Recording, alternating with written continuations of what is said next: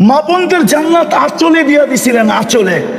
আগে ছোটবেলা আমরা দেখতাম মা বোনরা, পুরান এলাকা, এটা পুরান এলাকা, আগে ঢাকার অন্তর্ভুক্ত ছিল, এখন গাজীপুরের অন্তর্ভুক্ত হয়েছে।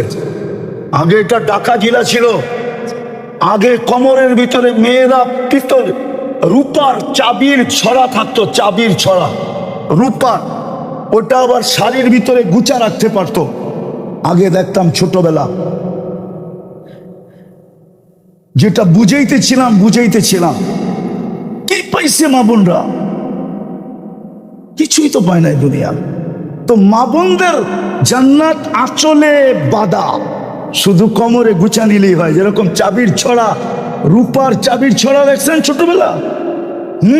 বিচা পড়তো না, বিচা কোমরে, মাথা উজুরে দেখে নাই বিচা, এরকম চওড়া বিচা পড়তো, ওটার ভিতরে রূপার চাবির খুঁচা রাখতো, আর চলতো তো চাবি ঝনঝন ঝনঝন ঝনঝন করতো।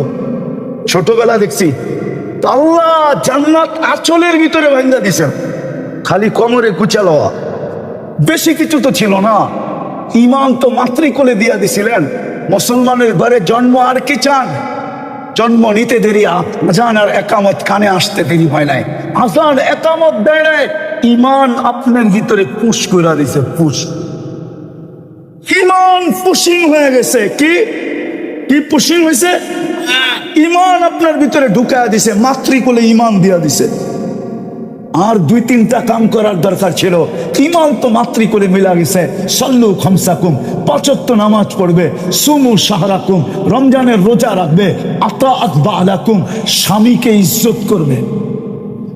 আজকাল মা বোনরা স্বামীকে ইজ্জত করে না, সম্মান করে না, মূল্যায়ন করে না। আমার সমাজের মেয়েরা স্বামীকে মূল্যায়ন করে না। ওই দিকে আমার যাওয়ার সুযোগ নাই, এতটুকুই বললাম। আর চতুর্থ, শরীয়ত মোতাবেক পর্দা করলো। আল্লাহ বলে, বান্দি তোর জন্য জান্নাতের ৮ দরজা খোলা, ফালিতাদখুলিল জান্নাতা মিন আইয়ি আবওয়াবিল জান্নাতি শাআত। জান্নাতের ৮ দরজার মধ্যে যেটা দিয়া মনে চায় ওটা দিয়া ঢোক। আর এই সমাজের তো জান্নাত বিলকুল হাতের মুঠায়, মুঠার কাছে। ইমান তো মাতৃকোলে দিয়া দিছেন, আর বলছে সল্লু খামসাকুম, ৫ ওয়াক্ত নামাজ পড়ো, সুমু শাহরাকুম, রমজানের রোজা রাখো, মুতু আদখুলু জান্নাতা রাব্বিকুম, মরো আর সিধা জান্নাতে ঢুকো। হায় হায়, দুনিয়ার বাহাদুরদেরকে দেখা আমাদের চক্ষু কপালে ওঠে, ঠিক না? দুনিয়ার বাহাদুর বোঝেন? মনে হয় বোঝেন নাই। দুনিয়ায় বহুত ধরনের বাহাদুর আছে। একজন টাকার বাহাদুর, একে দেখলে আমাদের চক্ষু কপালে ওঠে, ঠিক না?